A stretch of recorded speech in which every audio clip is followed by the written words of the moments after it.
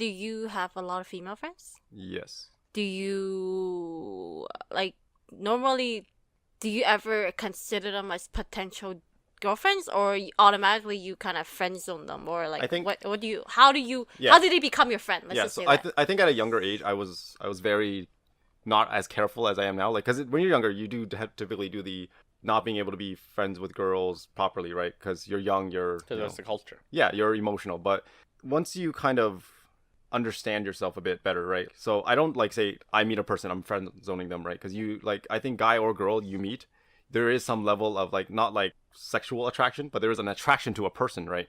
So if you even like, so if you have a really close guy friend, you are attracted to the personality in some way. That's why you're friends with them, right? So meeting a girl in that same way, if you can kind of separate the two, like there's a physical attraction and then there is an attraction to their personality. If you can separate the two out properly and understand that, knowing like what you want as a person, then it'll make it a lot easier, right? So I don't like meet a person like, oh, this person's a friend only, or this person is someone I want to pursue. Like, I get to know them. Yeah. But then you have to understand yourself too. That's the thing, is that. But what happens if your female friend is physically attractive and you like her personality? How do you decide whether you're gonna keep her as a friend then, or what if you're already like, you know? So for like being physically attracted to someone is one thing. For me, I don't let that lead my decisions on them.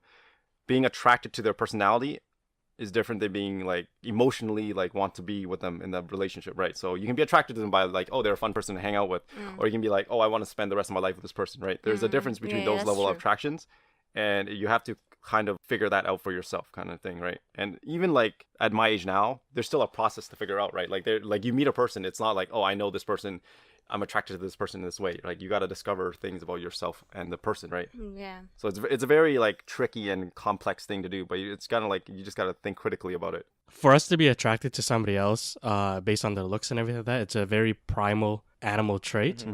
But that's what sets us apart from other animals, is that we have that self-awareness, and we have that ability to think above the primal instincts of our features, right? So we can differentiate between the fact that this is not just somebody that we're attracted to for the purpose of mating and breeding offspring, and we have that additional layer of relationships where it's like we can choose our friends, we can choose our acquaintances, and coexist with people. Even in our work environment, we can coexist with people that we don't like just to get the job done. Yeah, because we're social creatures. We have to learn how to behave socially with each other, right? Yeah, so because of those kind of features that we have as human beings, it's very possible for us to be friends with somebody and not be attracted to them on a sexual level. That is very, very hard, though. You know what I mean? You gotta, like, there's a lot of stuff you gotta figure out. Because when you're young, like, I remember being 20, it's so confusing when you're, like, around, like, 18, 19. Like, high school is, like, the worst. Like, high school, you have no idea what the hell's going on.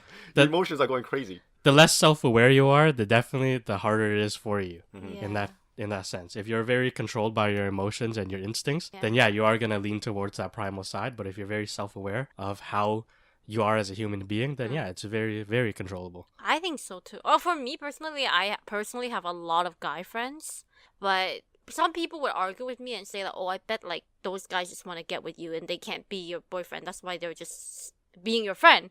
But to me, honestly, well, I can't say for all, but I know most of them do not like me on like a sexual level. They just like, they don't mind hanging out with me, or they enjoy my company, or they like me giving them advice. Or has it like always been like that? Because I think now, being like in our late 20s to 30s, fuck you, Billy.